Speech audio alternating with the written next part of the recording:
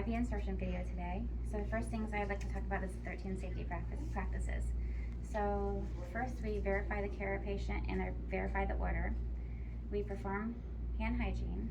We verify the policy and procedures of the facility, and we gather supplies, and we contact the manufacturer if any equipment is needed. We knock on the door. We identify the patient using 2 identifiers, and we note the overall appearance of the patient. We're going to explain the procedure to the patient and provide for privacy. We're going to elevate the bed for good body mechanics, and then we are going to don PPE if necessary. We're going to, upon completion, lower the bed, put the side rails up according to the care plan, and put the call light within reach.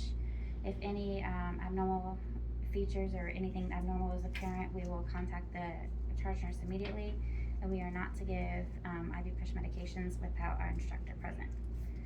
So I'm going to explain to the patient what we're going to do, that we have 3 orders. We are going to draw CBC and Chem 7. We're going to start running normal saline at 125 milliliters an hour, and we're going to give a morphine IV push. So before we give the IV push, we have to have the 6 rights of medication, which is the right patient, the right medication, the right dose, the right indication, the right route, and the right time. So, and then we're going to have him give us his consent before we proceed. So once we have the consent, we've explained all these to the patient, we will get started. So first things first, we're going to apply the tourniquet 3 inches above where we would like to insert the vein, or insert the IV. We're going to look for a descended vein that's good for our IV, and once we find it, we will pull the tourniquet. Once we find the IV, we are going to take ChloraPep, and we're going to clean the surface starting from the innermost inside to the outside in a circular motion for 30 seconds to 1 minute. Once the area is clean, we let it dry. No touching, no blowing, just let it dry, and we'll get our supplies ready. So I have tubing, which has already been flushed. I have my Tegaderm, which I will get ready here. My tape.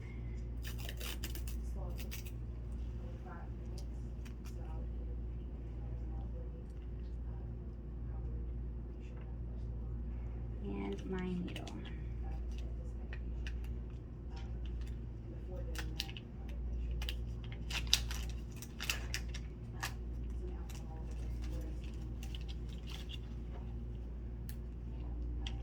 So, once our surface area is dry, we will reapply the tourniquet.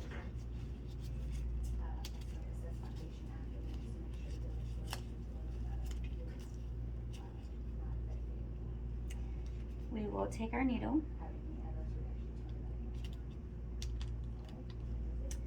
and hold it with the bevel side up. So, we pull the skin taut and apply the needle at a 15-degree angle into the vein. Once we see a flash, we insert it a little bit more, and then we push the catheter in. Once the catheter is in, we pull the safety device back until we have a click. Then we provide pressure at the top of the vein with your middle finger and detach the safety device.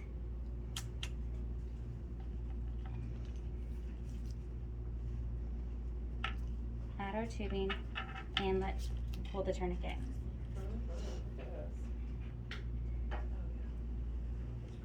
We can let go and add our tape.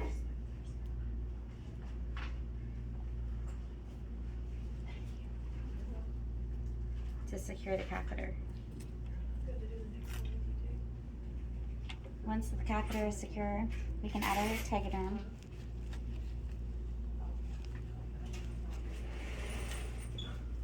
To secure the device.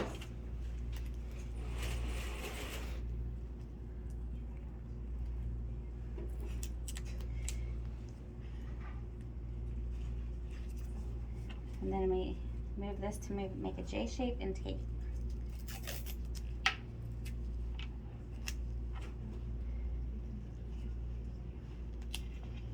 Once we have that taped, we will add our initials, date, and needle gauge to this piece of tape.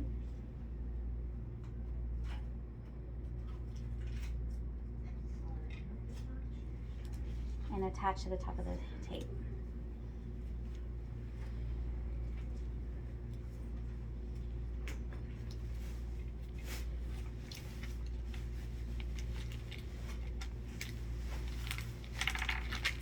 Okay, so now, since our catheter is set, we have an order to draw a CBC and a KIM 7. So first we need to get the right storage devices, make sure we have the right tubes, and make sure we have the correct amount of blood that we need to withdraw from the catheter. We take an empty syringe, we pour the blood out of the catheter, inject it into the tubes, and flush the catheter after we finish drawing our blood. Then we label and date our tubes and we send them straight to the lab. After we finished with our blood draw, we have to attach and start running normal saline. So we attach the normal saline to the catheter and make sure it's running at a rate of 125 milliliters per hour. Once we have our normal saline running, we have an order for a morphine 2 milligram push. So we have to make sure that the drug and the IV solution is compatible. We have to check the drug against the MAR, and then we pull up the drug into our syringe, and we'll clean this port with an alcohol wipe. We inject the syringe, but before we do that, we have to get our baseline respirations and level of consciousness, so we can continue to monitor throughout the injection. So once our port's clean and we've already got our baselines, we start injecting the morphine at 1 milligram per minute. So 2 milligrams push would take 2 minutes to push. So we should watch our time, watch the respirations and the level of consciousness while we're pushing this drug for 2 minutes, and then we will flush the port afterwards.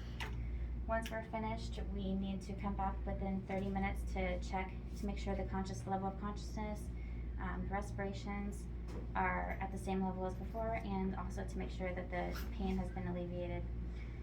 Once we're finished with all of this, we document onto our nurse's notes what time we started the IV, what gauge, what location, how many times it took, patient tolerated it, the fact that we gave the morphine IV push, and how the patient tolerated that, and the level of pain afterwards. And I think that's it. Thank you.